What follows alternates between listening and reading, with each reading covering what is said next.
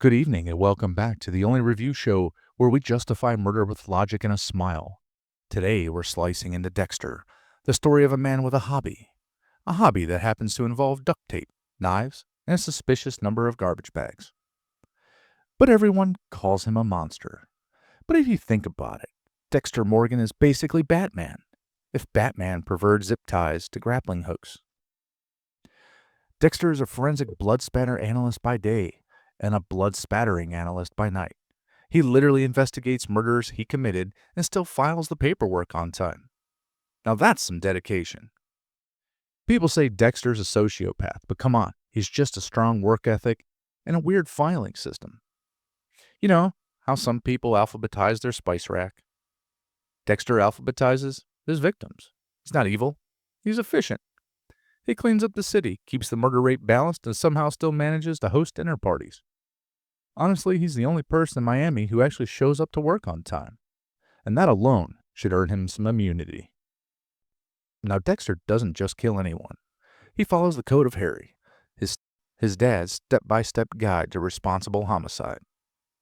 Because nothing says good parenting like teaching your adopted son how to wrap a corpse in plastic properly. And Harry basically told him, hey, if you can't stop the urge to kill, at least make it productive. It's not murder. That's community service. So he's not a serial killer. He's a public sanitation worker with flair. People judge Dexter. Let's check his victims list. Murderers, pedophiles, arsonists, cannibals. The man's basically doing God's work, just without the paperwork or tax exemptions. He's like if your Roomba also hunted serial killers. Sure, he stabs people. But statistically speaking, he's probably doing less damage than Florida Man on any given Tuesday. And don't pretend you don't cheer when he wrapped up villains in plastic. This show made us all go, yeah, that guy had it coming. The real miracle is how he did it all without a single nosy neighbor asking, hey Dex, why's your car trunk always leaking? Dexter works for the Miami Metro Police, possibly the least observant department in TV history. They work next to an actual serial killer for 8 seasons and still can't find their stapler, let alone the murderer. Deborah's his sister, a detective, and still can't notice he was dismembering people on the weekends. That's not love. That's Florida-level denial. And Batista, sweet guy, probably the only cop who thought forensics meant Dexter will figure it out for us. And honestly, the only real mystery in Dexter is how that department stayed funded. Dexter's love life, a crime scene all on its own.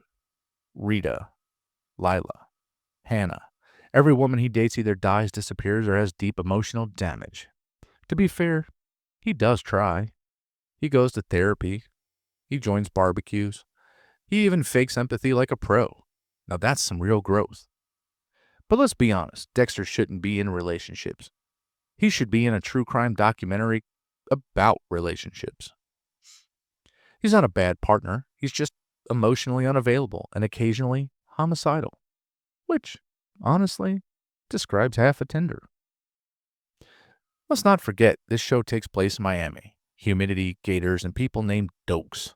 If you live there, you probably develop a dark passenger too. Dexter isn't evil. He's environmentally influenced. Florida made him that way. He's basically the human version of swamp gas, misunderstood and slightly damp. So yeah, Dexter kills people, but he kills the right people. He's not even chaotic evil. He's chaotic helpful. He's proof that morality is subject and bleach is underrated. So before you judge him, remember, he's not the monster we fear. He's the monster we schedule around. So Dexter Morgan, the only man who made murder feel like self-care routine. Remember on your way out the door to hit the like, subscribe, and share buttons. And until next time, good night, y'all.